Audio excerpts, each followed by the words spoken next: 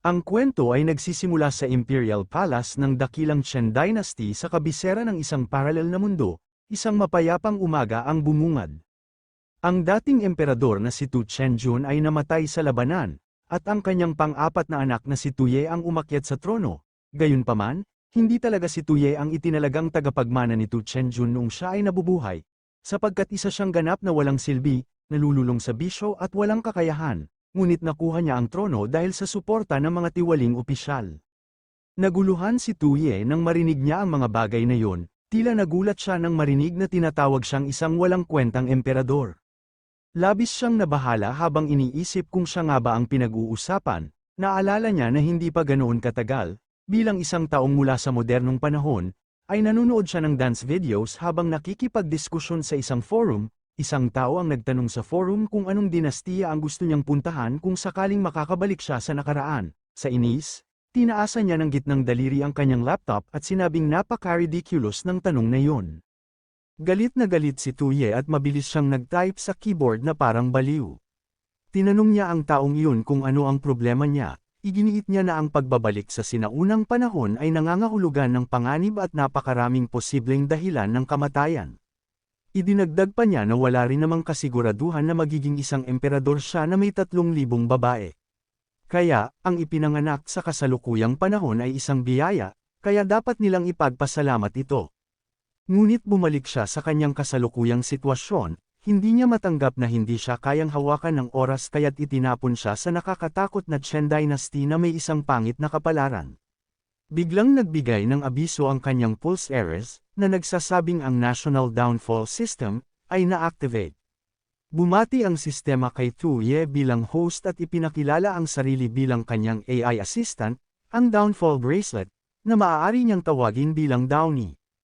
Natigilan si Tuye sa takot at nagtanong kung ano ang kahulugan ng Downfall System na ito, tila ginag-agaw lang ba siya?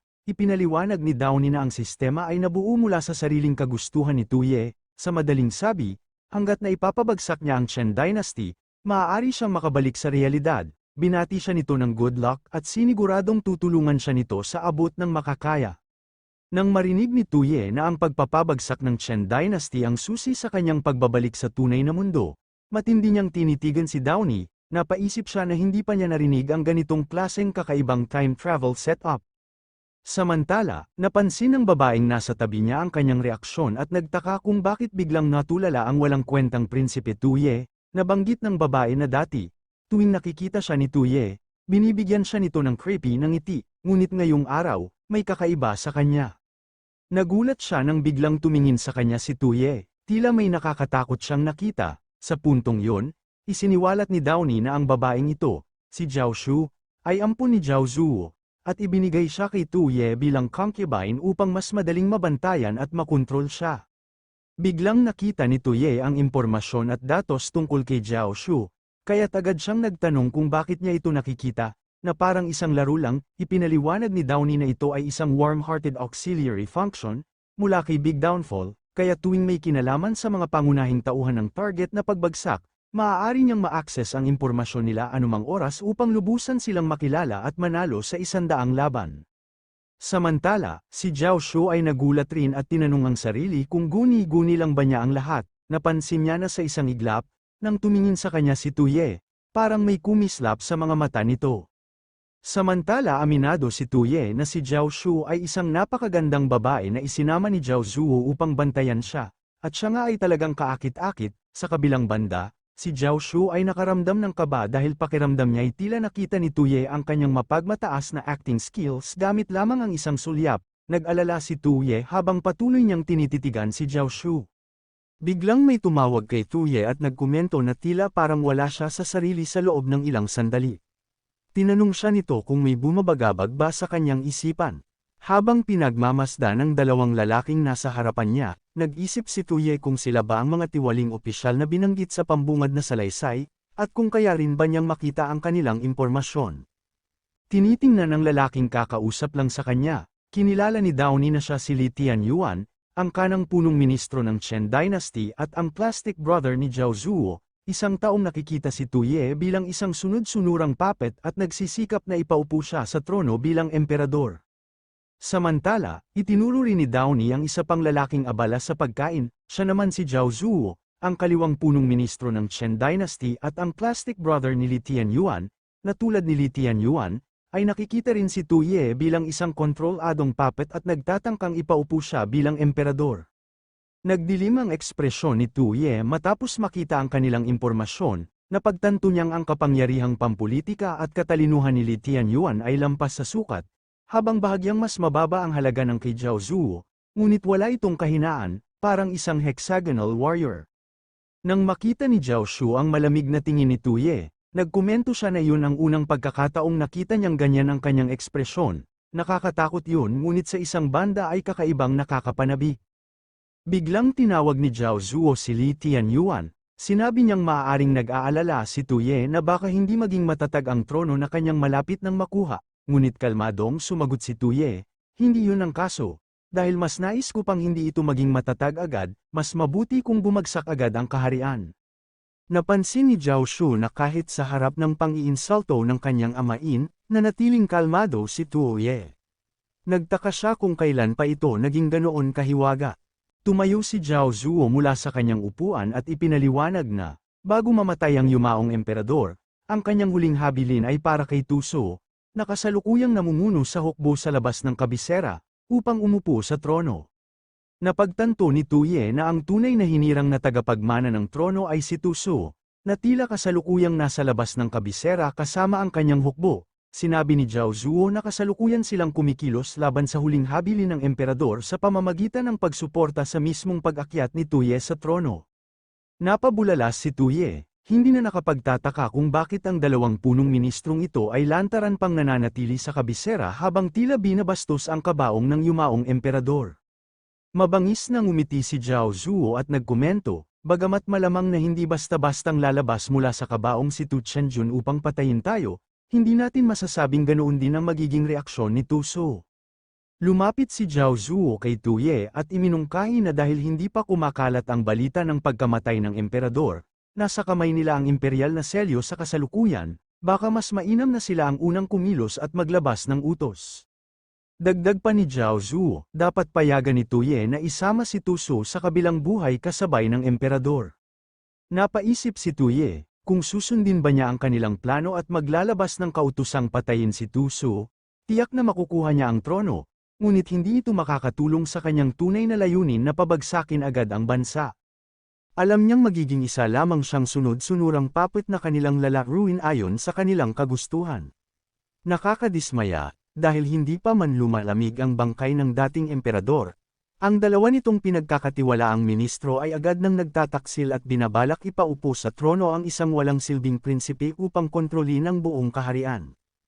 Nagreklamo si Tu Ye sa sarili niyang isipan, hindi ako makapanood ng mga drama, wala man lang cute na mga babae rito, at mas lalong hindi ko maatim na basta na lang magpagamit sa dalawang matandang gaaman. Nang inig siya sa pagkasuklam at napaisip, hindi ko kayang mabuhay ng ganito kahit isang segundo pa. Habang litong-lito si Tu Ye sa kung ano ang dapat niyang gawin, biglang nakuha ng imperial na selyo ang kanyang pansin. Biglang hinablat ni Tu Ye ang imperial na selyo, na lubhang ikinagulat ni Zhao Zuo, ipinahayag niya sa kanyang sarili na mas mabuti pang tapusin na lang niya silang lahat. Nang inig sa takot si Zhao Zuo at agad na tinanong si Tu Ye kung ano ang ginagawa nito, itinaas ni Tu Ye ang imperial na selyo palayo sa kanya, kaya't mariing hiniling ni Zhao Zuo na ipaliwanag niya ang kanyang ibig sabihin sa paggawa ng ganoong bagay. Ipinaliwanag ni Tu Ye na kung siya ay mamamatay, para na ring nawasak ang Chen Dynasty, at sa tingin niya, perpekto yun, sa kanyang isipan, hinihimok niya si Zhao Zuo na patumbahin siya. Matatag niyang idineklara na bilang emperador, pananatilihin niya ang imperial na selyo mula sa araw na yun, at kung sino ang kanyang papatayin o patatawarin ay siya na ang magpapasya. Samantala, nag-iisip si Zhao Shu kung si Tu Ye ba talaga ang tipo ng lalaking may tapang na harapin si Zhao Zuo ng ganoon. Namula siya nang marinig ang mapangahas na pananalita nito. Habang tinatanong ni Tu Ye kung sino ang sang-ayon at sino ang tutol sa kanyang sinabi, napansin ni Zhao Shu ang ekspresyon ng kanyang mukha at ang tensyon sa kanyang katawan. Naisip niyang tunay ngang matapang si Tu Ye. Naging mapula ang mukha ni Zhao Shu habang patuloy niyang inoobserbahan si Tu Ye. Habang pinapanood ni Zhao Shu kung paano hinahamon ni Tu Ye si Zhao Zuo, nagkomento siya na ang dating ugali ni Tuye ay isa lamang palabas. Napansin din ni Zhao Shu na hawak na ngayon ni Tuye ang imperial na selyo, at ito na ang tunay na anyo niya. Samantala, galit na galit si Zhao Zuo at sumigaw na nagiging arrogant na si Tuye bago pa man maupo sa trono. Iginiit niyang kung kaya niyang itaas si Tuye, kaya rin niya itong ibagsak.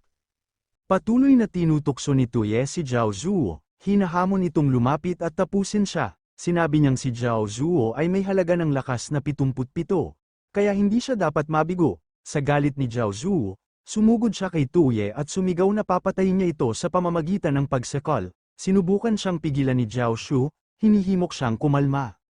Biglang sumingit si Li Tianyuan at sinaway silang dalawa. Sinabing pareho naman silang may iisang layunin kaya dapat silang kumalma. Nabigo si Tuye nang makita niyang nanatiling kalmado si Li Tianyuan, ngunit ngumiti siya nang maisip na kailangan pang dagdagan ang apoy sa sitwasyon.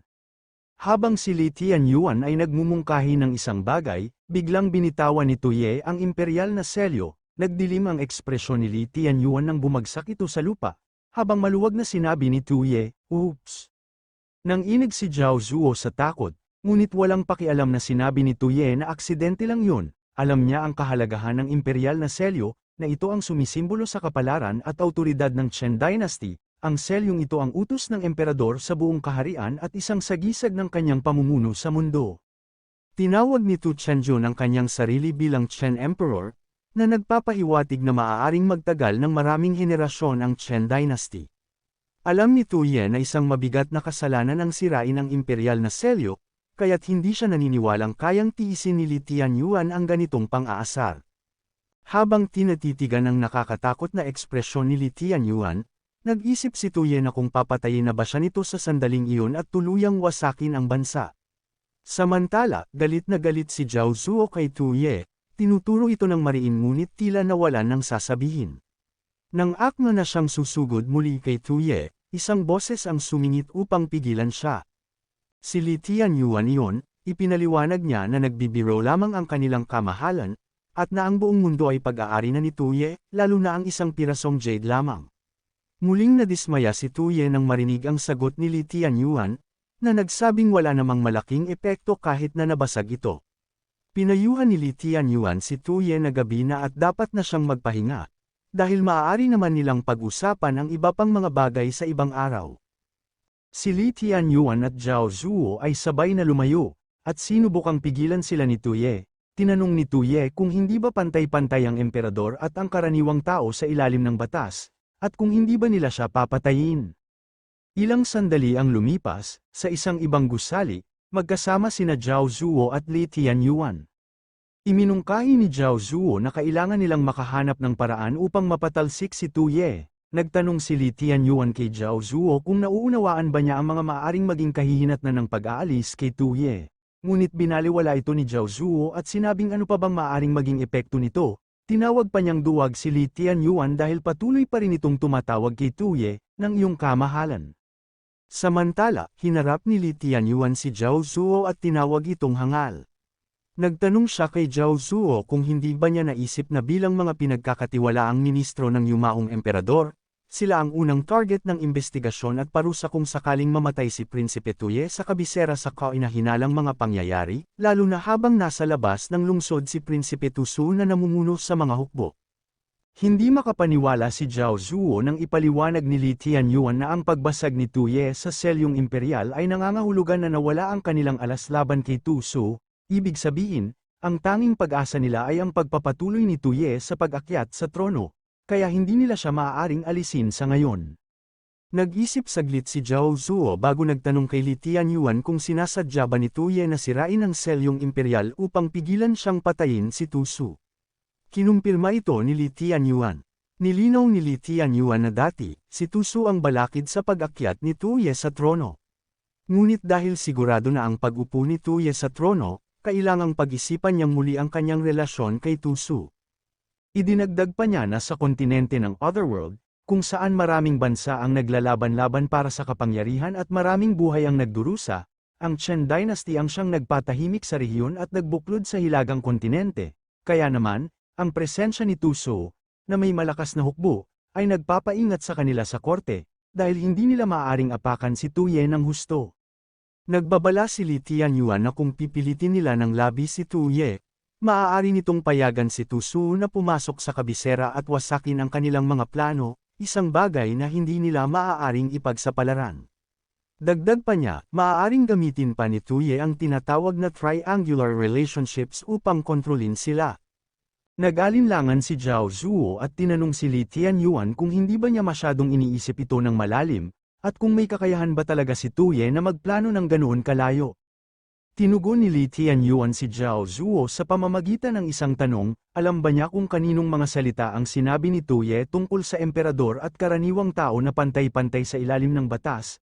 Sinabi niyang ang mga salitang yun ay mula sa punong ministro ng Chen Dynasty, si Wei Xingluo, 100 taon na ang nakalipas. Ikinwento niya na noong panahong yun, si Ministro Wei Xingluo ay paborito ng hari ng Chen, may hawak ng napakalaking kapangyarihan, at tila mas makapangyarihan pa sa lahat, ngunit dahil nawala ang tiwala sa kanya ng hari, hinatulan siya ng parusang kamatayan sa pamamagitan ng paghiwa-hiwalay ng kanyang katawan. Inisip nila kung paano maaaring nakangiti ng may pagkamapanlin lang si Tuye, habang sila ay parang mga sunod-sunurang manika lamang sa kanyang mga kamay. Ipinahayag ni Zhao Zuo na hindi siya tulad ni Wei Xingluo, at kailanman ay hindi siya yuyuko kay Tuye. Wala namang ibang inaasahan si Tu Su kundi ang lakas ng kanyang hukbo. Kaya, dahil wala pang inilalabas na kautusan si Tuye, magpapadala siya ng isang tao upang patayin si Tu Su at isisi ang lahat kay Tuye, dahil pareho rin naman ang magiging resulta. Nanatiling tahimik si Li Tianyuan habang malalim na nag-iisip. Kumikislap ang kanyang mga mata habang napansin niya na ang dati nilang suporta kay Tuye ay dahil siya ang pinakamadaling kontrolin sa lahat ng anak ng yumaong emperador. Ngunit ngayon, tila nagbabago na ang sitwasyon. Inilarawan ni Li Tianyuan ang isang imahe ni Tuye na namumuno sa maraming tao, at saka siya tumawa ng may pagka-sinister, ang kanyang ekspresyon ay puno ng kasamaan habang binibigkas niya ang mga salitang, talagang nakakaaliw ang mga inapo ng yumaong emperador. Samantala, mahimbing na natutulog si Tuye sa kanyang kama, ngunit bigla siyang damilat, namumula ang mga mata, at napabuntong hininga. Ang boring nito, reklamo niya, inis niyang sinabi na walang masarap na pagkain, walang kawili-wiling laro, at kailangan pa niyang magbasa ng mga memorial na hindi man lang niya naiintindihan kahit isang karakter. Wala siyang makitang kahit anong maganda dito o doon, kaya para sa kanya, isa itong nakakaantok na panahon. Mukha na siyang mababaliw sa inip at nagreklamo pa, walang cellphone o computer, mamamatay na yata ako sa pagkabagot. Bigla niyang napansin ang isang taong nakatayo sa sulok ng silid, napakunot noo siya at tila naguluhan nang makita si Zhao Shu na naroon, namula si Zhao Shu at mahina niyang binulong, kailangan kong paglingkuran ka sa loob ng silid tulugan, nanatiling blanko ang mukha ni Tuye sa loob ng ilang segundo, ngunit bigla siyang namula, nagsimulang maglaway, at sabik na sumigaw. Binabawi ko na ang mga sinabi ko. Sa pagpapatuloy, maagang umaga ang bumungad at tahimik ang paligid, habang namumukadkad ang mga bulaklak sa labas ng silid, masayang nakahiga si Tuye sa kama kasama si Zhao Shu. Ngunit inamin niyang hindi na niya ito kayang pigilan, tumayo si Tuye, nagbihis, at ipinaliwanag na upang matapos ang kanyang misyon, kakailanganin niyang istorbohin si Zhao Shu. Bigla niyang napansin na may suot na hairpin si Zhao Shu, at sa kanyang isipan, naisip niya ang isang eksena mula sa sinaunang panahon kung saan ginagamit ang isang hairpin bilang sandata. Napangiti si Tuye habang iniisip na walang sino man ang mag-aakalang magiging susi ito sa pagtupad ng kanyang tungkulin, ang wasakin ng bansa at makabalik sa modernong mundo. Nang araw na yon, may kakaibang ngiti si Tuye habang palihim na sinusulyapan si Zhao Shu, tinawag niya ito. At agad namang kinabahan si Zhao Shu nang tanungin siya ni Tuye kung isa ba siyang especially iyan na ipinadala ni Zhao Zuo upang manmanan siya. Gulat na gulat si Zhao Shu nang mabisto siya. Ngunit pilit pa rin niyang itinanggi ito, nagkukunwari siyang walang alam at nagtanong kung ano ang ibig sabihin ni Tuye. Ngumiti si Tuye at sinabing hindi na dapat mag-alala pa si Zhao Shu, dahil wala siyang pakialam sa anumang lihim na kasunduan nila ni Zhao Zuo. Pagkatapos, ininom niya ang alak na hawak niya, at tinanong si Zhao Shu kung inilagay ba siya ni Zhao Zuo sa tabi niya upang bantayan at kontrolin siya. Idinagdag pa niya kung ano ang pakiramdam ng mahuli sa akto. Lalong natakot si Zhao Shu nang biglang sabihin ni Tuye na talagang nag-e-enjoy siya sa larong ito kasama si Zhao Zuo. Kung hindi, magiging masyadong nakakabagot ang pagiging emperador. Labis na nagulat si Zhao Shu nang mapagtanto niyang para kay Tu Ye, ang lahat ng ito ay isa lamang laro. Mahigpit niyang hinawakan ang kumot habang iniisip kung ang pagsasabi ba ni Tu Ye ng totoo ay nangangahulugang sawa na ito sa laro.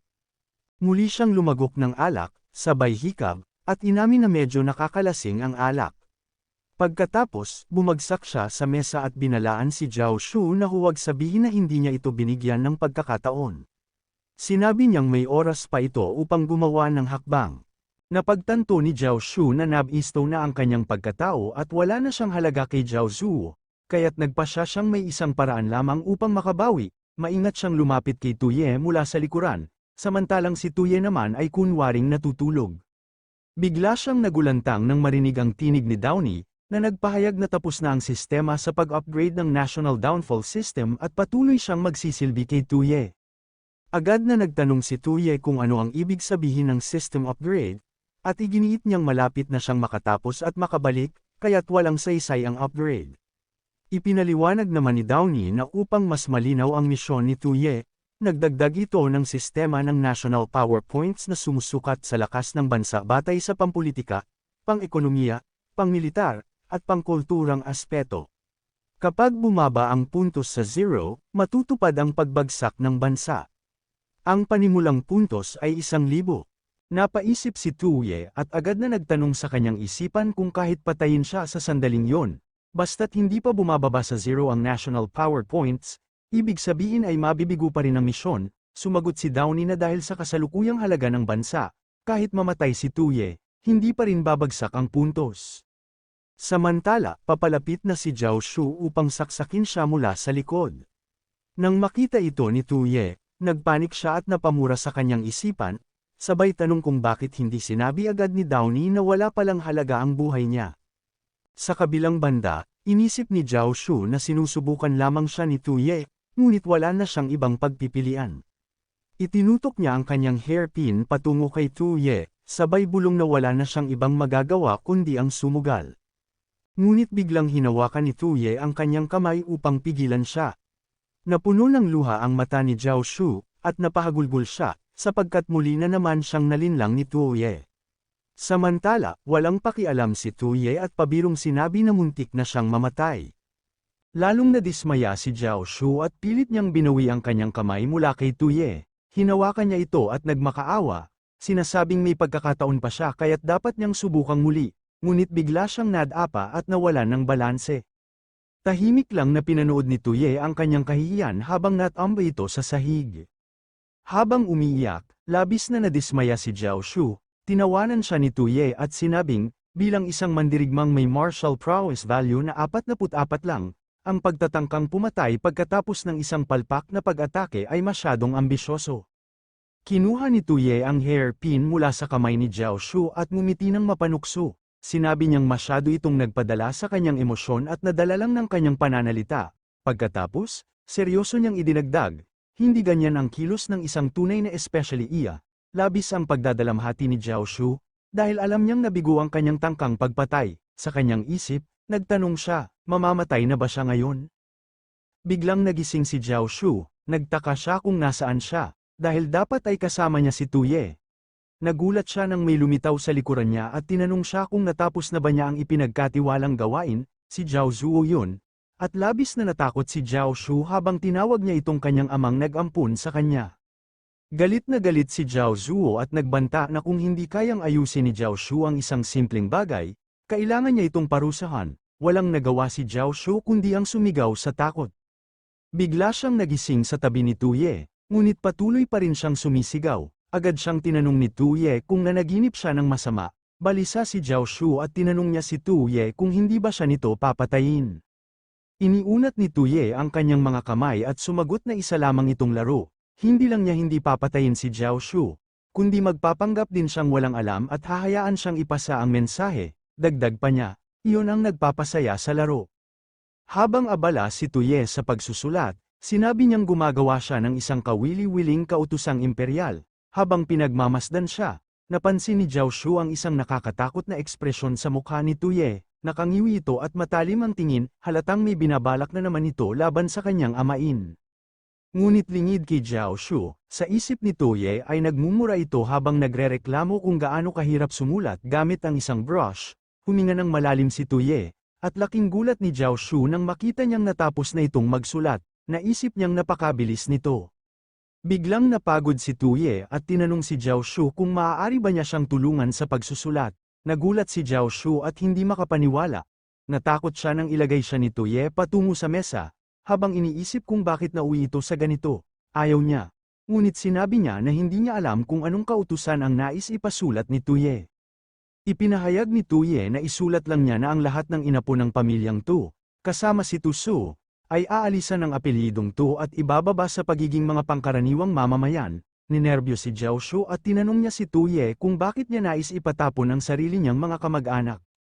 Ngumiti si Tuye at ipinaliwanag na tinanong na niya ang sistema noon kung ano ang pinakamadaling paraan upang mabawasan ang kanyang puntos, at ayon dito, ang pagpapahina sa impluwensya ng pamilya Tu ay isang mainam na paraan. Ang pagbagsak ng kanilang lahi sa pagiging pangkaraniwang tao ay hindi lang magbabawas ng malaking bilang ng puntos kundi tutulong din upang mapalaganap ang kanyang imahe bilang isang malupit na tyrant, kaya perpekto ito. Lalo pang natakot si Zhao Shu nang makita ang ekspresyon ni Tuye. Mapanupil ang kanyang ngiti, habang ipinagyayabang na ang nakaisip ng ganitong paraan ay tunay na dakila sa mundo ng mga tyrant. Tinanong ni Tuye si Zhao Shu kung bakit niya tinatanong. Mabilis na yumuko si Zhao Shu at humingi ng tawad. Sinabing masyado lang siyang naging madaldal. Napangiti si Tuye at idinagdag na, syempre, ginagawa niya ito upang gawing mas mahirap ang laro. Naguluhan si Zhao Shu nang hinaplos ni Tuye ang kanyang mukha at sinabing sa kautusang iyon, hindi lang siya magiging isang taong walang pamilya kundi papasanin din niya ang reputasyon ng isang malupit na tyrant. Muling inulit ni Tuye na si Zhao Shu ang magsusulat ng kautusan. Tinanong din niya kung ipapaalam ba niya ang magandang balita kay Zhao Zuo dahil sigurado siyang matutuwa ito. Sinabi ni Tuye na dapat ituring ni Zhao Shu ang impormasyong yun bilang isang regalo mula sa kanya. Nang marinig ito, inamin ni Zhao Shu na hindi pa siya nakakatanggap ng kahit anong regalo mula pagkabata hanggang ngayon. Iginiit ni Tuye na hindi siya dapat biguin ni Zhao Shu. Habang iniisip ito ni Zhao Shu, nagtaka siya kung bakit, kahit alam niyang niloloko lang siya ni Tuye, ay nakaramdam pa rin siya ng kakaibang saya. Ilang sandali ang lumipas, sa tirahan ni Zhao Zuo, isang babae ang kumakatok sa pinto. Si Zhao Shu, nang buksan ni Zhao Zuo ang pinto, agad niyang tinanong kung bakit ngayon lang ito dumating. Pagpasok ni Zhao Shu, agad niyang inanunsyo na may dala siyang mahalagang impormasyon. Ibinunyag ni Zhao Shu na iniutos ni Tuye na ang lahat ng maharlika mula sa pamilyang Tu ay ibababa sa pagiging mga pangkaraniwang mamamayan. Laking gulat ni na Zhao Zuo at Li Tianyuan sa balitang iyon. Nagkomento si Zhao Zuo na plano pa lang ni Li Tianyuan na magtatag ng bagong emperador mula sa mga inapo ng pamilyang Tu, kaya malinaw na si Tuye ang tumutugis sa kanila. Tinanong ni Li Tianyuan si Zhao Shu kung paano siya nagkaroon ng ganoong mahalagang impormasyon at kung mapagkakatiwalaan ba ito.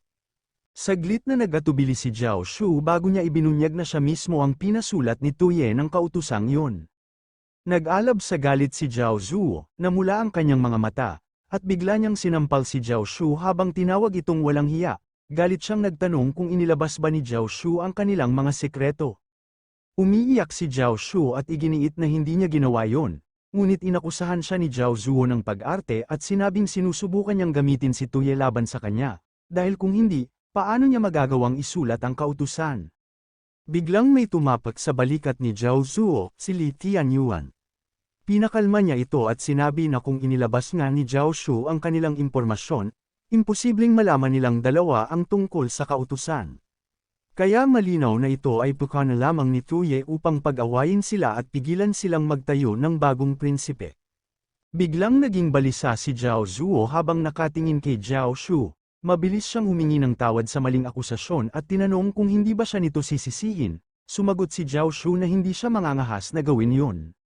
Muling humarap si Zhao Zuo kay Li Tianyuan at sinabi na mukhang nabigo ang plano nilang magtatag ng bagong prinsipe. Pinayuhan niya si Li Tianyuan na pakinggan ang kanyang plano, raralihin niya ang mga opisyal ng korte at pahihiyain si Tuye sa kanyang unang sesyon sa korte upang ipakita kung sino talaga ang may hawak ng kapangyarihan. Nag-alinlangan si Li Tianyuan bago sumagot, sinabing may iniisip siyang tungkol sa plano ni Zhao Zuo, ngunit sa huli ay sumuko rin at sinabing bahala na itong gawin ang gusto niya. Inisip ni Li Tianyuan na hindi si Zhao Zuo ang tipo ng taong kayang gumawa ng malalaking desisyon mag-isa, kaya dapat ay may sarili rin siyang plano. Sa kabilang banda, binabasa ni Tuye ang isang kasulatan at binanggit niya na handa na ang kautusan, hinihintay na lamang niya ang tamang pagkakataon upang ipahayag ito, ngunit malayo pa rin ito sa ganap na pagbawas ng kanyang mga puntos hanggang sa umabot sa 0. Napaisip si Tuye na kung pag-iisipang mabuti, marami pang paraan upang mabawasan ang National PowerPoint, mukhang nasiyahan siya habang naaalala ang kasaysayan, kung paano ang isang malupit na pinuno na nagdala ng pagbagsak sa isang bansa ay hindi lang umasa sa mga traidor na opisyal, kundi binaliwala rin ang mga usaping pampamahalaan, sa pilitang kumuha ng kababaihan mula sa mamamayan, at ng alap ng mga asawa mula sa iba't ibang lugar. Napagpasyahan ni Tuye na ganoon din ang kanyang gagawin, hindi pa man lumalamig ang bangkay ng yumaong emperador, agad siyang magpapalabas ng kautusan na sa pilitang kunin ang mga babaeng kamag-anak ng lahat ng opisyal ng korte upang dalhin sa palasyo at magsilbi, siguradong magdudulot ito ng matinding takot sa kanila. Labis ang pagkagimbal ng eunuko na nagsisilbi kay Tuye nang makita niyang may madilim at nakakatakot na ekspresyon nito habang nagsasalita sa kanyang sarili, napangisi si Tuye at sinabing sa ganitong paraan, hindi lang siya makakabawas ng malaking puntos kundi makikinabang din siya rito, kaya hindi na nakapagtataka na nakaisip siya ng napakagandang estratehiya. Maya-maya, lumingon si Tuye sa eunuko at inutusan itong ipatawag sina Zhao Zuo at Li Tianyuan, at papuntahin sila agad sa kanyang silid-aklatan. Agad namang sumagot ang eunuko ng opo.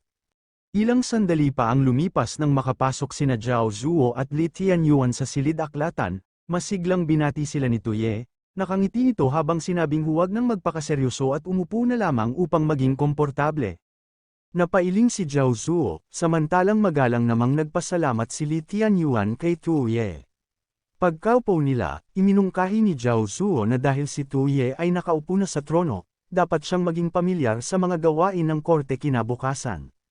Ngumiti si Zhao Zuo nang may kasamaan habang iniisip na makikipagpulong siya sa mga ministro ng kanyang paksayon upang tiyakin na magkaisa sila at hadlangan si Tuye mula sa pananatili sa trono kinabukasan. Samantala, may parehong nakakatakot na ngiti si Tuye habang iniisip na ang masigasig na pamamahala ay hindi naman bonus. Napaisip siya na kalokohan kung agad siyang haharap sa korte matapos niyang umupo sa trono.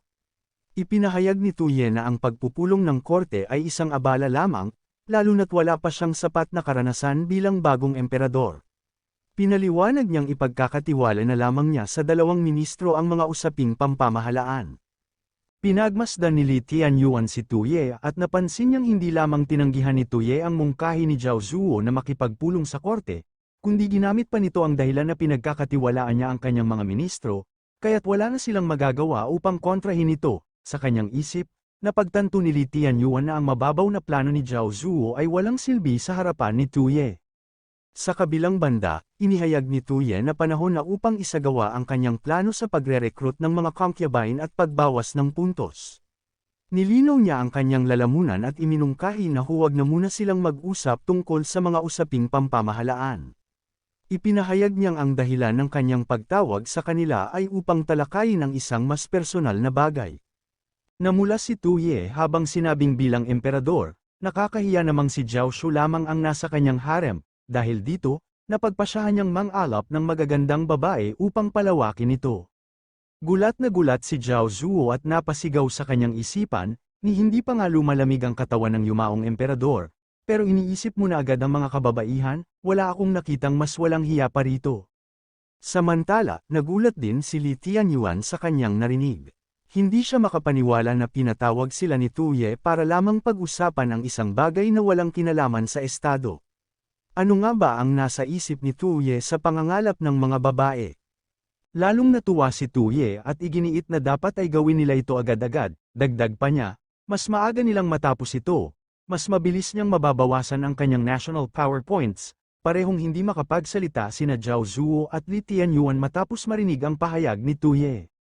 Bagaman sumang-ayon si Zhao Zuo sa ideya ng pangangalap ng mga kagandahan mula sa buong mundo, nabahala siya sa pagmamadali ni Tuye, ngunit agad siyang pinutol ni Tuye at sinabing nauunawaan niyang hindi nila maaaring tipunin ang lahat ng magagandang babae sa isang iglap, kaya sisimulan muna nila ang paghahanap sa mismong kabisera.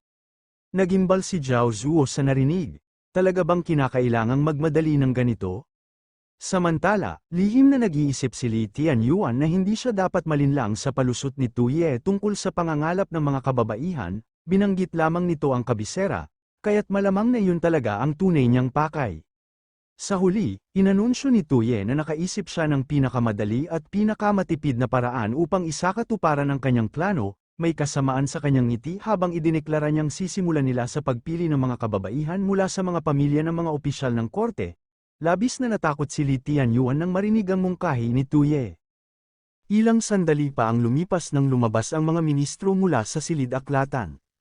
Habang bumababa sila sa hagdan, nagreklamo si Zhao Zuo na hindi lamang binaliwala ni Tu Ye ang mga usaping pampamahalaan, kundi nais pa nitong palawakin ang harem, isang tunay na asal ng isang malupit na tyrant. Dagdag pa niya, si Tu Ye mismo ang naghuhukay ng sarili niyang libingan sa pamamagitan ng pag-upo sa trono, kaya't makakatipid sila ng maraming pagsisikap sa pagpapatalsik sa kanya. Ngunit nagulat si Zhao Zuo nang biglang sumigaw si Li Tianyuan, galit na galit habang sinasabi, "Tama na yan." Naiinis si Li Tianyuan habang binabalaan si Zhao Zuo na kung patuloy niyang mamaliitin si Tu Ye, ang naghihintay sa kanila ay ang pagpapatay sa buong pamilya nila. Napatahimik si Zhao Zuo sa kilos na yun ni Li Tianyuan. Agad na napagtanto ni Li Tianyuan ang kanyang naging reaksyon, kaya't agad niyang iniwas ang tingin upang muling makontrol ang kanyang sarili. Humingi siya ng paumanhin kay Zhao Zuo dahil sa pagkawala niya ng composure, ngunit ipinaliwanag niyang lahat ng kilos ni Tu Ye ay bahagi ng isang tusong estratehiya. Nang marinig yun ni Zhao Zuo, aminado siyang hindi niya nakita ang estratehiyang yun. Ipinunto ni Li Tianyuan na hindi lang basta tinanggihan ni Tu Ye ang plano nilang ipahiya siya sa korte, ipinakita rin itong alam niya ng buo ang kanilang mga intensyon. Ngunit iginiit ni Zhao Zuo na imposible yun dahil tinawag sila sa palasyo agad matapos nilang gawin ang plano, kaya wala namang pagkakataon na tumagas ang impormasyon. Ngunit sinabi ni Li Tianyuan na mas nakakatakot ngayon, dahil ibig sabihin, naisip na ito ni Tu Ye bago pa man nila may sigawa ang plano. At hindi lang yun, maliban sa hindi pagpupulong sa korte, gusto rin ni Tu Ye na palawakin ang harem, bagamat mukhang pabaya at walang pakialam ang kanyang mga kilos. Ang totoo'y bahagi yun ng isang maingat na pinagtagpi-tagping estratehiya. Habang tinititigan ang tarangkahan ng palasyo, kapwa nila naramdaman ang isang nakakakilabot at madilim na aura na bumabalot sa buong lugar. Nag-aalalang nagtanong si Zhao Zuo kung ano ang ibig sabihin ng pinagtagpi-tagping estratehiya. Ipinaliwanag ni Li Tianyuan na may kumpiyansa si Tu Ye na kahit hindi siya dumalo sa korte, kaya pa rin niyang kontrolin ang pamamahala ng estado. May takot sa kanyang mukha nang idinagdag niya na sa pamamagitan ng pagkuha sa mga babaeng kamag-anak ng mga opisyal at pagpasok sa harem, direktang makukuha ni Tu Ye ang kanilang katapatan sa pamamagitan ng kasal, na sa huli ay magpapahina sa kanilang impluwensya sa korte. Sa sandaling yun, naunawaan ni Zhao Zuo ang seryosong panganib na dulot ng plano ni Tu Ye. Kinakabahang nagtanong siya kung ano ang dapat nilang gawin. Ngumiti ng tuso si Li Tianyuan at sinabing, "Ano pa nga ba ang magagawa natin?" Idinagdag pa niya na si Tu Ye na ngayon ang emperador, at nais nitong palawakin ang harem at ang dugo ng pamilyang Tu. Paglingon niya kay Zhao Zuo, may isang malisyosong ngiti sa kanyang mukha habang iniisip ang dalawang partikular na babae, at bilang matapat na mga sakop, natural lamang na kailangan nating tuparin ang kanyang mga kagustuhan. Ilang araw ang lumipas sa gilid na bulwagan ng palasyo, nagpunta si Li Tianyuan upang makipag-usap kay Tu Ye. Iniulat ni Li Tianyuan na ayon sa utos ni Tu Ye, lahat ng mga inapo ng pamilya Tu ay ibinaba sa pagiging pangkaraniwang mamamayan sa mga nagdaang araw, maliban kay Prinsipe Tu Su, dahil siya ay nakaistasyon sa labas at hindi pa nakararating sa kanya ang kautusan. Gayunpaman, sinabi ni Tu Ye na hindi iyon mahalaga at maaari nila iyong pag-usapan sa ibang pagkakataon. Namula si Tu Ye habang tinanong niya kung paano ang naging pagpili ng kanyang iniutos na harem.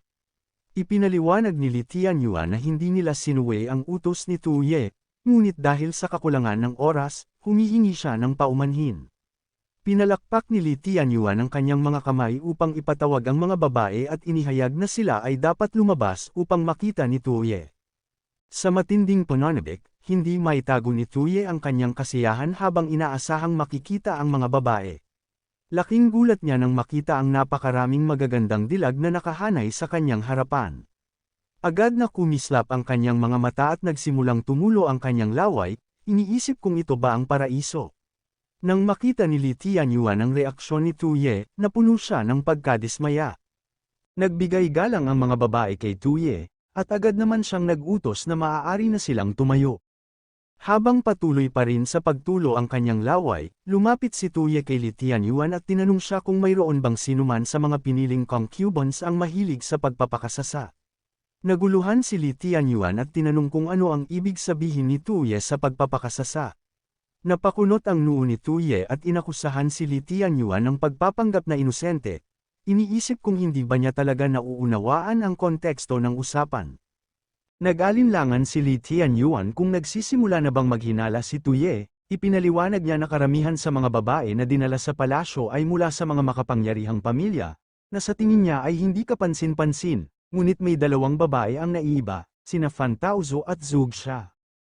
Naalala ni Li Tianyuan na mahigit isang dekada na ang nakalilipas, sa panahon ng paghahari ni Emperador Tu Chenjun, ng dakilang dinastiyang Chen, dalawang tanyag na pamilya, ang pamilya Fan at pamilya Zhuge, ang nagalit sa yumaong emperador at tuluyang nilipol, sa isang biglaang bugso ng damdamin, palihim niyang iniligtas ang dalawang batang babae habang isinasagawa ang pagpuksa sa kanilang pamilya. Sa loob ng mahigit 10 taon, itinago ni Li Tianyuan ang kanilang tunay na pagkatao at pinalaki sila sa kanyang tabi. Hindi niya inaasahan na namanan ng dalawa ang talino at kakayahan ng kanilang mga ninuno, kaya naging mahalagang mga piyesa sila sa kanyang plano. Noong isang gabi, ipinatawag ni Li Tianyuan sina Fan Taozo at Zhuge Xia. Lumuhod ang dalawang dalaga sa harap niya, at inihayag ni Li Tianyuan na ang emperador ng Chen, si Tu Chenjun, na siyang pumatay sa kanilang pamilya, ay patay na. Nagimbal ang dalawa sa balitang ito. Ipinaliwanag ni Li Tianyuan na hindi nila maaaring personal na maghiganti, ngunit may pagkakataon silang pabagsakin ang mga pamilyang sumira sa kanila, subalit may matinding panganib, ang bagong emperador, si Tuye, ay hindi lamang tuso kundi mas masama at mas malupit kaysa kay Tu Chenjun, isa itong sitwasyong maaaring magdulot ng kanilang kamatayan. Walang pag-aalinlangan, agad na idineklara ni Fan Taozo na handa siyang mamatay ng 1,000 beses para sa paghihiganti, sinundan naman ito ni Zhuge Xia, na sinabing matagal na niyang inihanda ang kanyang sarili upang isakripisyo ang kanyang buhay. Ipinaliwanag ni Li Tianyuan na ito ang perpektong pagkakataon upang mailagay ang dalawa sa tabi ni Tuye sa ilalim ng dahilan ng pagpili ng concubines, nang sa gayon ay walang maghihinala. Sa kasalukuyan, kumikislap ang mga mata ni Tuye habang sinusuri ang mga babae. Napansin niyang may dalawang natatanging dilag, sina Fan Taozo at Zhuge Xia. Habang pinagmamasdan ni Li Tianyuan si Tuye, nagulat siya. Iniisip niya kung napansin na ba ni Tuye ang tunay na pagkatao ng dalawa. Sa pamamagitan ng kanyang kapangyarihang downy, nalaman ni Tuye ang impormasyon at mga katangian ni Zhuge Xia, na siya ang apo ng isang dakilang iskolar na si Zhuge Tiangang noong panahon ni Tu Chenjun. Siya ang nag-iisang natirang miyembro ng pamilyang Zhuge matapos silang lipulin. Nalaman din ni Tuye, na inampun siya ni Li Tianyuan at lumapit sa kanya upang maghiganti at pabagsakin ang kanyang kaharian. Sa kabilang banda, nakita rin ni Tuye ang impormasyon at mga katangian ni Fan Taozo sa parehong paraan, napag-alaman niya na siya ay apo ng mayamang mangangalakal na si Fan Shuiyan, noong panahon ng paghahari ni Tu Chenjun, at siya lamang ang natitirang buhay mula sa pamilyang Fan matapos silang lipulin. Inampun din siya ni Li Tianyuan at lumapit kay Tuye upang maghiganti at wasakin ang kaharian. Ngumiti si Tuye kay Li Tianyuan at nagkomento na ang dalawang binibini ay orihinal na itinanim ni Li Tianyuan bilang mga especially iya, at napakahusay ng kanyang plano. Dagdag pa niya, ang mga babaeng may malaahas at malaalakdan na kagandahan na nagdadala ng kaguluhan sa harem ay isang karaniwang kasangkapan ng isang malupit na pinuno na magdadala ng kanyang bansa sa kapahamakan. Lumapit si Tuye sa dalawang dalaga na may malisyosong ngiti sa kanyang mukha, habang sinusuri sila, napansin niya kung gaano sila kaganda, kaya tinanong niya ang kanilang mga pangalan, buo ang loob na sinabi ni Fan Taozo ang kanyang pangalan, samantalang si Zhuge Xia naman ay kabado at nauutal sa pagsagot. Lumapit si Tuye kay Zhuge Xia at napansin niyang mukhang kinakabahan nito, labis ding kinabahan si Li Tianyuan, natatakot na baka mailantad ni Zhuge Xia ang kanyang tunay na pagkatao dahil sa matinding presensya ni Tuye. Hinawakan ni Tuye ng bahagya ang baba ni Zugsha at sinabing huwag siyang matakot dahil siya ay talagang madaling lapitan. Habang nakangisi, titig na titig siya sa mukha ni Zugsha. Bigla na lang umiyak si Zugsha at lumabas ang kanyang luha at laway, na labis na ikinagulat ni Tuye. Hindi ito alam ng iba at hindi rin ito nakatala sa mga nakatagong katangian ng sistema, ngunit sa isang estado ng matinding emosyon, kapag hinawakan siya ng isang lalaki sa maseselang bahagi ng kanyang katawan, kasama na ang kanyang baba, ay nawawalan siya ng malay dahil sa matinding hiya. Nag-aalala si Fan Taozo habang si Tuye naman ay nabigla sa nangyari. Samantala, kasing gulat din ni Tuye si Li Tianyuan, labis ang panghihinayang ni Tuye at sinabi niyang dapat ito ay isang eksenang magpapalakas ng kanyang koneksyon kay Li Tianyuan, ngunit sa halip, nauwi ito sa isang kaguluhan. Muling nagsalita si Tuye, iniisip na hindi niya inaasahan na ganoon kababa ang pagpaparaya ni Zugsha, kaya siya mismo ang sumira sa kanilang palabas. Naisip niya na tiyak na matatakot si Li Tianyuan na mabunyag ang tunay na pagkatao ni Zugsha at siguradong maghahanap ito ng paraan upang palitan siya. Biglang may lumuhad ng mariin, si Li Tianyuan, agad siyang nagpakumbaba at inamin na nagkulang siya sa kanyang tungkulin at nagkamali sa pagpili, kaya nararapat lamang siyang parusahan. Sinabi niyang siya na mismo ang magtatanggal kay Zugsha upang itama ang pagkakamali. Ngunit, agad itong pinigilan ni Tuye. Sinabi niyang wala nang ibang pagpipilian kundi ituloy ang palabas.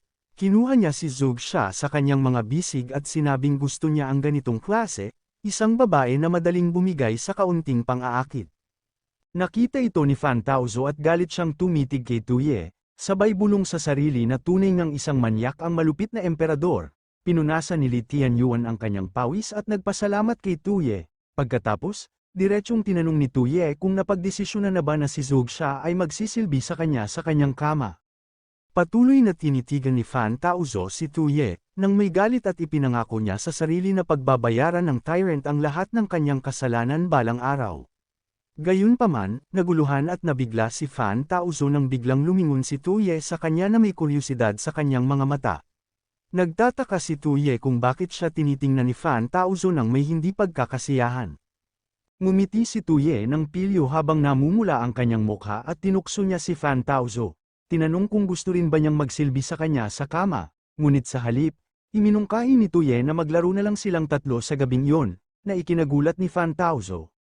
Bagaman tanghaling tapat pa lamang, nasa loob na si Tuye ng kanyang silid kasama sina Fan Taozo at Zugsha. Pagpasok niya sa loob ng mga kurtina, labis siyang nagmalaki habang ipinahayag niya na sa lahat ng mga dilag sa palasyo, ang dalawang dalagang ito ang tunay na pinakamagagaling. Samantala, nakahiga sina Zugsha at Fan Taozo sa kanyang kama habang pinagmamasdan siya. Ipinahayag ni Tuye na ayon sa sistema, ang dalawang dalaga ay lumapit sa kanya upang wasakin ang kaharian, isang bagay na maaari niyang magamit ng husto.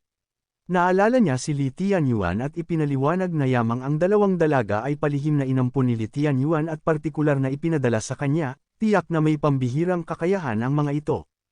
Gayunpaman, nalungkot si Tuye sa katotohanang ipinapakita lamang ng sistema ang pangunahing impormasyon at mga indeks ng kakayahan, kaya hindi niya tiyak kung anong espesyal na kasanayan mayroon ang dalawang ito para sirain ang bansa.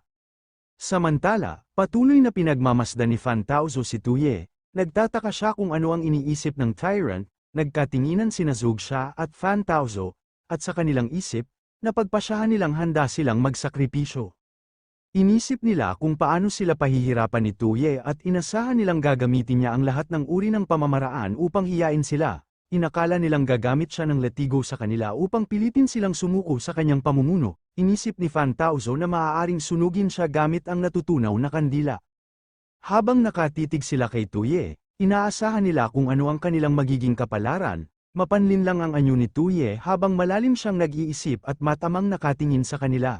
Ikinomento ni Fan Taozo na ang hindi paggawa ni Tuye ng anuman ay nagpapakita ng mas nakakatakot na imahe. Naalala niya nang dinala sila ni Li Tianyuan sa palasyo at may isang bagay na partikular niyang ipinaalala sa kanila. Sinabi ni Li Tianyuan na hindi nila kailangang mag-alala tungkol sa kanilang tunay na pagkatao dahil naghanda siya ng mga paraan upang matiyak na hindi sila matutunto ni Tuye. Ngunit matalino si Tuye, at bagaman siya ay malibog, hindi siya madaling madala sa kagandahan lamang. Dagdag pa ni Li Tianyuan, na si Zhao Zuo ay nagbigay na ng suporta kay Zhao Shu, na hindi lamang kanilang kakampi kundi isa ring katunggali. Habang tahimik na nakikinig, nagkaroon ng seryosong ekspresyon sina Zhou Xia at Fan Taozhou. Lumapit si Li Tianyuan sa kanila at sinabi na kung nais nilang makuha ang tiwala ni Tuye, kailangan nilang ipakita na mayroon silang halaga maliban sa kanilang kagandahan. Ngumiti siya sa kanila at sinabing alam niyang alam nila kung paano ipakita ang kanilang karagdagang halaga. Biglang natauhan sina Zhou Xia at Fan Taozhou nang tanungin sila ni Tuye kung ano ang iniisip nila kaya sila nawala sa sarili. Nagtanong si Tuye kung ano ang iniisip nila at kung ano ang kanilang mga espesyal na talento o kasanayan. Nagkatinginan sina Fan Taozhou at Zhou Xia, at kapwa nilang naisip na ito ay ayon sa kanilang inaasahan. Agad na sumagot si Zhou Xia at sinabi niyang bihasa siya sa panghuhula, pagmamasid sa mga bituin, at pagsusuri ng sulat kamay. Dagdag pa niya, dalubhasa rin siya sa paggawa ng mga talisman, feng shui, pangangalaga sa kalusugan, medisina, at alchemy. Napaisip si Tuye kung ito ba ang lakas ng isang anak ng isang dakilang alchemist at scholar. Nahihiyang idinagdag ni Zhou Xia na may kakayahan din siya sa pagpapaligaya sa silid tulugan. Ngunit agad siyang tinuwanan ni Tuye at sinabi, ikaw na himatayan lang sa isang haplos ay may lakas ng loob pang sabihing may kakayahan sa kama. Pagkatapos, lumingon si Tuye kay Fan Taozhou at tinanong siya. Napansin ni Fan Taozhou na hindi masyadong nasiyahan si Tuye sa sagot ni Zhou Xia. Naalala ni Fan Taozhou na nagmula siya sa isang pamilya ng mga mangangalakal at mula pagkabata ay nasanay na siyang makisali sa iba't ibang negosyong kasama ang kanyang lolo. Ipinahayag niya na dahil lumaki siya sa ganitong kapaligiran, hindi lang siya bihasa sa paghawak ng pananalapi kundi may malalim ding pangunawa sa kalikasan ng tao. Gayunpaman, natutunan niya mula sa kanyang lolo na ang pagkakaroon ng dalawang kasanayang ito ay maaaring magdulot ng hinala mula sa mga makapangyarihang tao. Muling bumalik sa kasalukuyan si Fan Taozhou at naisip niya na ang unang hakbang sa paghihiganti ay ang pagpapahalaga sa sariling kaligtasan. Kaya naman, habang ipinapakita ang kanyang halaga, dapat niyang ipakita na wala siyang banta. Sinabi niya kay Tuye na bilang isang mahina at inosenteng babae, wala siyang anumang espesyal na talento o kakayahan. Idiniin niya na hindi niya maaaring ipaalam na mahusay siya sa pananalapi o sa pagbasa ng ugali ng tao. Dagdag pa niya, kahit nagmula siya sa isang marangal na pamilya, ulila na siya sa ama't ina at ang tanging maipagmamalaki niya ay ang napakalawak na kayamanang minana niya. Isinaad niya na walang mas mainam kaysa sa imahe ng isang mayamang dalaga na walang pamilya at lubos na mahina. Ngunit iniisip ni Tuye ang ibang bagay, nabigla siya at naisip kung si Fan Taozhou ba ay isang bersyon ng Batman mula sa ibang universe mayamang ulila na walang pamilya. Napaisip si Tuye at napagtanto niyang kapwa may malaking ambag ang dalawang dalaga sa layunin niyang sirain ang bansa, ipinahayag niyang bilang pinuno ng isang bansa, hindi niya kailanman gugustuhin ang yaman ni Fan Taozhou. Sa halip, iminungkahi niyang ipamahala kay Fan Taozhou ang pambansang kayamanan. Nagkunwari si Fan Taozhou na nahihiya sa alok na iyon, ngunit sa loob-loob niya, kinilabutan siya ng tuluyang lumubog sa kanya ang sinabi ni Tuye, na gusto niyang ipamahala kay Fan Taozhou ang kabangyaman ng bansa. Hindi niya namalaya na iniisip na ni Tuye ang kanyang tunay na plano, alam niyang si Fan Taozhou ay nagmula sa isang negosyanteng pamilya na bihasa sa pandaraya at pangungupit. Sa madaling salita, ang pagtatalaga sa kanya bilang tagapamahala ng kabangyaman ay isang paraan upang tuluyang maubos ang yaman ng bansa at magdulot ng pagbagsak ng ekonomiya. Pagkatapos, lumingon si Tuso kay Zhou Xia at ipinahayag na siya naman, bilang nagmula sa pamilya ng mga iskolar, ay may ibang tungkulin. Ayon kay Tuye, ang kasaysayan ay nagpapatunay na ang mga tyrant ay may hilig sa mga taong nahuhumaling sa immortalidad. Kaya naman, dahil may talento si Zhao Shu, itatalaga niya itong pambansang babaeng guro at pangangasiwaan din niya ang pambansang ospital upang masiguro ang kanyang mahabang buhay sa pamamagitan ng alchemy. Labis na nasindak si Zhou Xia nang marinig niya ito. Samantala, iniisip naman ni Tuye ang magiging papel ni Zhou Xia, isang dalaga na maghahanda ng lason at pagkatapos ay ngingiti habang sasabihin, oras na po para sa inyong gamot, kamahalan. Bigla siyang may naalala at idinagdag na may isa pa siyang mahalagang bagay na nalimutan. Ngayong si Zhou Xia ay isang pambansang guro na, dapat siyang magsuot ng opisyal na kasuotan tuwing makikita siya ni Tuye. Sa kanyang isipan, Inilarawan ni Tuye ang itsura ni Zug Sha sa kanyang Daoist robe at napabulalas siya, ang cosplay ay napakaganda. Labis namang natakot si Zug Sha nang marinig niya ang mungkahing iyon. Samantala, si Tuye ay nagkaroon ng matinding pagdurugo ng ilong habang iniisip ang iba't ibang bagay. Iminungkahi niya na kung magko-cosplay na rin lang sila, dapat ay todo na. Inisip niya ang kanyang mga dalaga na nakasuot ng mga sikat na kasuotan, kaya naman hindi niya mapigilan ang kanyang pananabik. Sa kabilang banda, gabi na, ngunit may ilaw pa rin sa silid-aklatan ng mansyon ng Zhao. Isang tao ang abala sa pagsusulat gamit ang kanyang brush, si Zhao Zuo. Ngumiti siya ng tuso habang patuloy na nagsusulat. Inihanda niya ang kanyang selyo, at idineklara na kung tatanggihan ni Tuye ang kautusang imperial, siya na mismo ang mag-aayos nito. Dahil ang isang selyong jade, basta't gusto niya, ay madaling magaya. Inirolyo niya ang kanyang isinulat sa isang scroll, at sinabi na bagamat bihasa si Tuso sa pamumuno ng hukbo, hindi ito katalinuhan, dahilan upang maging bulag na tapat, kaya kung utusan man siya ng kautusang imperial na kitilin ang kanyang sariling buhay, agad niya itong susundin. Kapag si Tuso ay naalis, si Tuye ay mawawala ng kakampi at magiging sunod Sonyer na lamang. Biglang nag-utos si Zhao Zuo na may pumasok. Si Zhao Xin, isang general ng pamilya Zhao, ay pumasok sa silid at magalang na nagbigay pugay kay Zhao Zuo. Humiling siya na bigyan siya ng utos ni Zhao Zuo. Iniabot ni Zhao Zuo sa kanya ang isang kahon na may lamang scroll, at iniatas na agad siyang magtungo sa Lintong City sa Hilagang Kaharian upang dalhin ang kautusang imperial sa commander ng Hilagang Garrison, si Tuso. Ngumiti siya ng tuso at idinagdag na kailangang masaksihan ni Zhao Xin mismo ang pagpapakamatay ni Tuso at dalhin ang ulo nito pabalik. Dahil nais niyang magbigay ng isang regalo kay Tuye, tinanggap ni Zhao Xin ang kahon at sumang-ayon. Samantala, may isang taong nagmamanman sa bubungan ng silid-aklatan ng mansyon ng Zhao. Ikinabit nito ang isang mensahe sa isang ibon at bamulong na kailangang ipaalam agad ito kay Lord Xiao. Pinalipad niya ang ibon sa kalangitan, at sa ilalim ng maliwanag na buwan, mabilis itong nawala sa paningin. Maya-maya, naglalakbay na ang mga sundalo ng pamilya Zhao sa kagubatan. Hindi nila alam na may mga nag-aabang sa kanila sa itaas ng mga puno. Isa sa kanila ay isang babae na may hawak ng ibon na may dalang mensahe. Iniutos niyang maghanda ang lahat. Ngunit nang tumayo siya sa sanga, nadulas ang kanyang paa. Nagulat ang kanyang mga kasama nang makita siyang bumagsak. Habang nahuhulog, sumigaw ang babae at nag-utos na kumilos na sila. Bumagsak siya sa lupa. Ang babaeng iyon ay si Lord Xiao. Habang may isang tauhan niyang nagkomento na tila na-trigger na naman ang kanyang malas, isa pa ang nagsabing sanay na siya rito. Kahit nasa awkward na posisyon, tinanong ni Lord Xiao ang kanyang mga tauhan kung bakit nakatayo lang sila at hinimok silang kumilos na.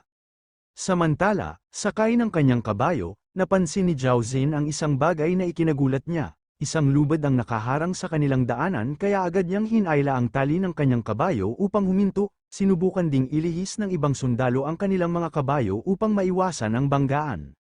Biglang sumabog ang paligid, at nagliparan ang mga sundalo pati na ang kanilang mga kabayo. Nang hamupa ang usok, isang sundalo ang pilit na bumangon, ngunit biglang may tumama sa kanyang likod, dahilan upang siya'y masamid ng dugo. Nagulat ang ibang sundalo nang makita nilang may mga madilim na aninong tumatalon pababa mula sa mga puno. Habang bumababa ang mga misteryosong tauhan, nagpakawala sila ng mga matutulis na patalim, agad namang napigil ni Zhao Xin ang mga ito gamit ang kanyang espada. Sa pagbaba ng mga kalaban, idineklara nilang iniutos ni Lord Xiao na wala ni isa mang dapat makatakas, kaya dapat nilang pigilan si Zhao Xin. Galit na galit si Zhao Xin at sumigaw, "Paano ninyo pinapangahasang harangin ang kautusang imperial?" Nagulat at tila natakot ang dalawang kalaban, ngunit agad na sinugod sila ni Zhao Xin habang nakasakay sa kanyang kabayo. Mabilis niyang pinuksa ang ilan sa kanila gamit ang kanyang espada. Ngunit bigla siyang natigilan nang mapansin ang isang itim na ibon na lumipad sa itaas niya. Tinatakpan ang buwan. Isang misteryosong figura ang biglang lumitaw sa likod ng kanyang kabayo. Isang malamig na tinig ang nagtanong sa kanya, "Hindi mo ba kilala ang inyong kinakalaban?" Napuno ng takot si Zhao Xin nang makita ang misteryosong tao. Biglang lumitaw si Lord Xiao sa likuran niya. Itinutok ang isang punyal sa kanyang leeg. Kinilabutan si Zhao Xin at nauutal niyang nasambit. "Ikaw?" Nagtanong si Zhao Xin, kung sila ba ay mga miyembro ng Kun Guard. Biglang bumulwak ang dugo ng laslasin ni Lord Xiao ang lalamunan ni Zhao Xin. Bumagsak ang kanyang katawan sa ibabaw ng kanyang kabayo. Isa sa mga tauhan ni Lord Shao ang lumapit at iniabot sa kanya ang kahon na naglalaman ng scroll. Binuksan ng lalaki ang kahon, at nang lumantad ang scroll, agad na sinabi ni Lord Shao, "Tama nga ang hinala ko, narito ang kautosang imperial kay Zhao Xin." Ipinaliwanag ni Lord Shao na ang utos ay nag-aatas kay Prinsipe Tusu na magpakamatay, isang atas mula sa malupit na emperador. May pag-aalinlangan ang tauhan niya at nagtanong, "Hindi ba natin nilalagpasan ang ating hangganan ngayong gabi, dahil utos ito mismo ng emperador?" Ngunit bigla siyang kinabahan nang may ihagis si Lord Shao sa kanya, bagamat hindi siya tinamaan. Napangisi si Lord Shao at mariing sinabi, "Ilang araw pa lang tayong may kapayapaan, pero nalimutan niyo na ba agad ang ating tunay na layunin?" Ipinaliwanag niya na kapag may liwanag, may anino, at tanging ang malalakas lamang ang maaaring maging sandigan ng mahihina. Iyon ang dahilan kung bakit kumikilos sila, ang Kun Guard, sa dilim, upang protektahan ang huling emperador, si Emperor Tu Chenjun. Ipinahayag ni Lord Shao na kaya nilang gumamit ng mabangis at madugong paraan, pati na rin ang paniniktik sa mga lihim na pagpupulong upang makakalap ng impormasyon. Ngunit kahit anuman ang gawin nila, hindi nila dapat kalimutan na ang kanilang katapatan ay para sa yumaong emperador. Galit na galit si Lord Shao nang ipaliwanag niya na mismong ang huling emperador ang nagtalaga kay Tusu bilang tagapagmanang prinsipe, dahil wala na ang emperador, tungkulin nilang sundin ang kanyang huling habilin at suportahan si Tusu, ngunit ngayon, hindi lang ninakaw ni Tuye ang trono, plano rin niyang puksain ang tagapagmanang prinsipe. Hinawakan ni Lord Shao ang scroll at pinunit ito gamit ang kanyang mga kamay. Tahimik lamang na pinagmasdan siya ng kanyang tauhan habang ang pira-pirasong papel ay dahan-daang bumagsak sa lupa. Idineklara ni Lord Shao na si Tuye ang kaaway na kailangang durugin ng Kun Guard. Habang unti-unti siyang lumalaho, nag-utos siya sa kanyang mga tauhan, "Linisin niyo ng mabuti ang lugar na ito, walang dapat makaalam ng nangyari rito." Makalipas ang ilang sandali, nagsiliparan ang maraming itim na ibon sa paligid, may isang taong nagulat. Ang tagapagmanang prinsipe na si Tusu ay nasa malalayong bahagi ng hilagang teritoryo, kahit magmadali siyang bumalik sa kabisera ng walang pahinga, aabutin pa rin siya ng 4 na araw. Nasa bubungan ng taong ito at ipinaliwanag na sa loob ng 4 na araw, hindi mapapansin ni Tuye ang anomalya sa kautosang imperial. Si Lord Shao ito, at ibinunyag niya na bago pa mangyari iyon, nais niya munang personal na patayin ang isang tao. Galit na galit ang kanyang ekspresyon habang dahan-daang binigkas ang pangalan ng kanyang target, si Tuye. Sa kabilang banda, bumahing si Tuye, habang naglalaro siya ng baraha kasama sina Zugsha at Fan Taozo. Pabiro niyang tinanong, "Sino kayang magandang dilag ang iniisip ako ngayon?" 5 araw ang lumipas sa tirahan ni Zhao Zuo. Ang kabilugan ng buwan ay kumikinang sa himpapawid, habang naglalakad-lakad si Zhao Zuo sa loob ng kanyang silid, halatang balisa. Sinabi niya sa sarili na 5 araw na ang lumipas, ngunit wala pa ring balita mula sa hangal na si Zhao Xin. Biglang lumitaw si Li Tianyuan, at nagtanong kay Zhao Zuo kung ano ang hinihintay niya, na labis na ikinagulat ni Zhao Zuo. Dali-dali niyang sinagot na wala naman siyang hinihintay, at siya naman ang nagtanong kung bakit naparito si Li Tianyuan ng 10 oras ng gabi. Ngumiti si Li Tianyuan at sinabing may dala siyang magandang balita, at masamang balita. Agad na nagtanong si Zhao Zuo kung ano ang masamang balita, isang nakakatakot na ngiti ang lumabas sa mukha ni Li Tianyuan, nang ipahayag niyang nabigo ang plano ni Zhao Zuo na pekein ang kautosang imperial upang ipapatay si Tusu. Gulat na gulat si Zhao Zuo sa kanyang narinig. Mabilis niyang hinawakan sa kwelyo si Li Tianyuan, at sinabing puro kalokohan lang ang sinasabi nito, ngunit walang pakialam si Li Tianyuan, at marahang tinabig ang kamay ni Zhao Zuo. Kalma niyang sinabi na nasa iisang panig lamang sila, kaya walang rason para magkaila pa si Zhao Zuo. Ipinahayag ni Li Tianyuan na si Zhao Xin ay nasabat at napatay sa labas ng lungsod 5 araw na ang nakalipas. Lumapit siya kay Zhao Zuo, at ibinunyag na ang taong may kagagawa nito ay ang pinuno ng Kun Guard, si Lord Shao. Nang marinig ni Zhao Zuo ang tungkol sa Kun Guard, agad siyang nagtanong kung sila ba ang lihim na unit na nasa ilalim ng tuwirang pamamahala ng dating emperador. At paano nila nagawa ang ganoong bagay? Ngunit sinabi ni Li Tianyuan na isantabi muna iyon at makinig sa natitira pang balita. Naging sabik si Zhao Zuo nang sabihin ni Li Tianyuan na kahit pinatay ni Lord Shao si Zhao Xin, nagkamali ito ng akala at inisip na ang pekeng kautusang imperial ay nagmula kay Tuye. Kaya si Tuye ngayon ang kanyang susunod na pantirya. Napangiti si Zhao Zuo, iniisip na mabuti yun, at isang malaking ginhawa, ngunit bigla siyang nataranta nang maisip niya ang isang bagay, napansin niyang ang Kun Guard ay laging kumikilos ng mag-isa, kaya paano nalaman ni Li Tianyuan ang isang napakasekretong bagay? Ngumiti si Li Tianyuan at sinabing mayroon siyang sariling pamamaraan, sinigurado rin niyang wala nang dapat ipag-alala si Zhao Zuo, sinabi niya na sa pagkakataong ito, maswerte si Zhao Zuo, isang biyaya sa gitna ng trahedya. Ipinahiwatig ni Li Tianyuan na ito ang tamang pagkakataon upang sirain ang balanse sa pagitan ni Tuye at Tu Su, at ibinunyag niyang si Tuye ay magpapahanda ng isang piging sa Chenyuan Hall sa gabing yun, kung saan maraming mahalagang panauhin ang dadalo. Sa tahimik na gabi sa labas ng palasyo, iminungkahi ni Li Tianyuan na kung balak ni Lord Xiao na patayin si Tuye, ang gabing yun ang magiging pinakamainam na pagkakataon. Ipinaliwanag niyang nagawa na niya ang ilang hakbang upang pababain ang pagbabantay ng mga bantay ng palasyo.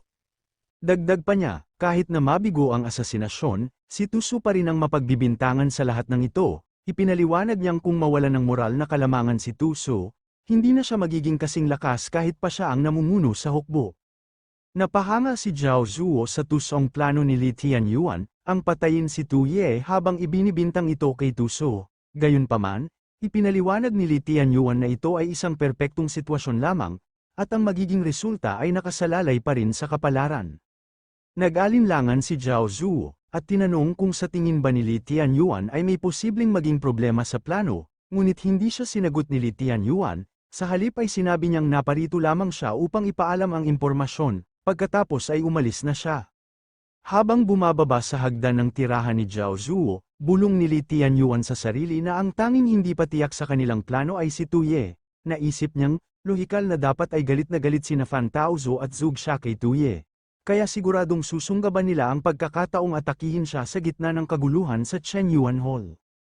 Pero sa kabila ng kanilang talino at bilis, kaya ba talaga nilang lampasan ang katalinuhan ni Tuye? Tahimik siyang nag-alala at inisip na baka paranoid lamang siya.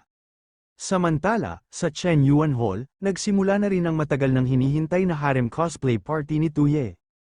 Sa kasayahan, isang babae ang humanga sa kanyang kapatid na mukhang napakaganda ng gabing yun. Napangiti ang kapatid at sinabing huwag siyang bulahin, dahil kahit anong gawin niya, hindi siya maihahambing. Isa pang babae ang nagbigay ng papuri, sinasabing siya ay sobrang nagniningning ng gabing yun, at tiyak na pipiliin siya ng hari upang samahan siya. Napatawa ang kapatid at tinanong kung bakit siya nagiging masyadong mahinhin. Ngunit kahit hindi pa nagsisimula ang tunay na laban, ang mga kababaihan ng maharlikang pamilya ay isa-isa nang nagiging mga piyesa sa madugong laro ng kapangyarihan, isang digmaan para sa panlasa at pagtingin ng hari. Biglang pumasok si Lord Xiao sa pagdiriwang. Napansin niya agad kung gaano kababa ang moralidad ni Tuye, walang hiya. Walang limitasyon ang mga kasuotan ng mga panauhin. Nagtaka si Lord Xiao kung ano ang problema ng mga taong naroon, dahil halata namang wala silang kaalaman sa sining ng pakikidigma. Ngunit sa kabila nito, paano nila nagawang gumamit ng ganoong nakakakilabot na mga pamamaraan? Habang inoobserbahan niya ang pagdiriwang, napagtanto ni Lord Xiao na ang makasalanang pinuno ng harem ay tunay ngang nakakatakot. Samantala, isang ginang ang nagtanong kung sino si Lord Xiao, sabay puna sa kanyang mapangahas na kasuutan. Narinig ito ni Lord Xiao, ngunit bago pa siya makapagsalita, isa pang babae ang nagsabing hindi pa niya kailanman nakita si Lord Xiao noon, inusisa niya kung isa ba itong alipin sa palasyo na nilamon ng kanyang matinding ambisyon. Nakaramdam ng panganib si Lord Xiao, lalo na nang isa pang ginang ang magkomento na bagamat malikhaing tingnan ang kanyang kasuutan, sa harem, hindi sapat ang pagiging malikhain, sa mundo nila, kapangyarihan at lahi ang mas mahalaga, dagdag pa niya. Ang pagiging mag-isa ay hindi makakatulong. Nagalit si Lord Xiao nang marinig ito, ngunit inisip niya na ang pasensya ang susi sa tagumpay, ang pangunahing layunin ang dapat unahin, kaya hindi maaaring targetin ang sinuman basta-basta. Biglang may nag-anunsyo ng pagdating ni Tuye, kaya mabilis na itinuon ni Lord Xiao ang kanyang pansin sa kanya. Pumasok si Tuye kasama sina Fan Taozo at Zug Sha, masayang binati ang lahat ng panauhin. Mayabang niyang hinalikan ang kanyang mga daliri, at ipinalipad ito bilang halik para sa lahat, sabay proklama ng kanyang pagmamahal sa kanila. Agad na nagkagulo ang mga babae sa bulwagan, hindi ko na kaya, sigaw ng isa. Mahal kita, Tuye, sigaw naman ng isa pa. Pangarap kong magkaroon ng mga anak kasama siya, sabik na dagdag ng isa pa. Sa gitna ng kaguluhan, napansin ni Tuye si Lord Xiao, saglit niyang tiningnan ang kanyang mga katangian at agad na nakilala siya. Siya ang dating pinuno ng Kun Guard sa ilalim ng yumaong Emperador Tu Chenjun. Sa kasalukuyan, tapat siya sa dating tagapagmana ng korona, si Tu Su, at naroon upang paslangin si Tuye upang matulungan ang kanyang pag-akyat sa trono. Samantala, inisip ni Lord Xiao kung napansin nga ba ni Tuye ang kanyang presensya. Nang mapansin niyang maaaring nahuli na siya ng tingin nito, mabilis niyang dinukot ang punyal na nakatago sa ilalim ng kanyang kasuotan. Sa kanyang isipan, isang desisyon ang nabuo, oras na upang wakasan ang buhay ng makasalanang pinuno.